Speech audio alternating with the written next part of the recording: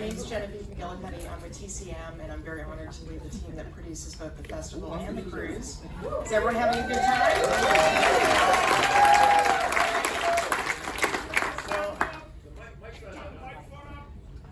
Is it up? There we go. Sorry. Good job. Okay, great. Very happy to see you here this morning. I think you chose well for what I assume is probably your first film of the day. Yeah. Right. You're really my people. Get up early for a movie. That's the best. I'd like to introduce your host for the film, which is the director, Joe Dante. Everyone in matinee? Joe Dante started his career as a trailer editor for Roger Corman, and while at Corman's New World Pictures, he made his first film in 1977, Piranha.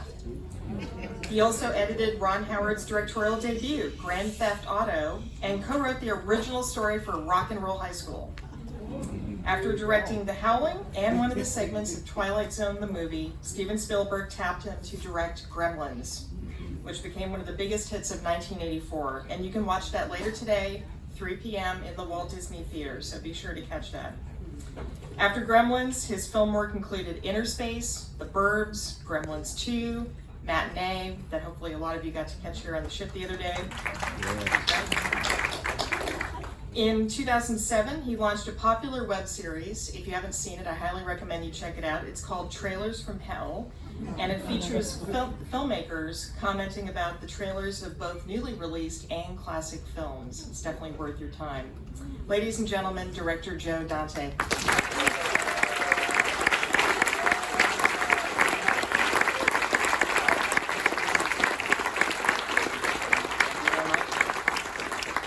It's good to see such a full house for a good movie. Each generation gets the remake of Invasion of the Body Snatchers that it deserves. And this picture has been remade more often than I've had hot dinners. And the best of them is the 1978 version, which is very specific to 1978. The best of the remakes.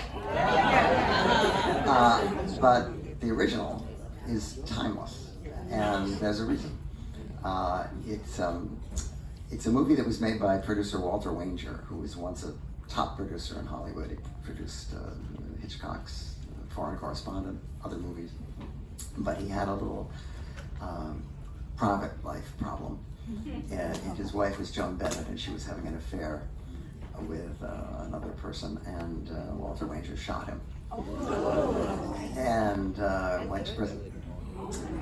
And when he came out, he made a movie called Riot in Cell Block 11, based on his prison experiences. It's a terrific movie, directed by Don Siegel, who he chose to direct this movie, Invasion of the Body Snatchers, based on the novel The Body Snatchers by Jack Finney, which is originally a serial in Collier's magazine. And it's about the loss of humanity. I mean, there's a lot of discussion about what the politics of this movie really are, and was it supposed to be an anti-communist movie, or was it, but that's all irrelevant. It's about people losing their humanity, and when they lose their humanity, they turn into pods. And I think if you look around the world today, not just in the movie business, but the world at large, I think you'll see that there is still a pod presence. And it stars Kevin McCarthy, who is an actor who is a great friend of mine. I worked with him many times. And I don't think, I know in fact, that considering the fact that he had a background in the theater, he'd done Ibsen, he did Vonnegut, he was nominated for an Oscar for Death of a Salesman.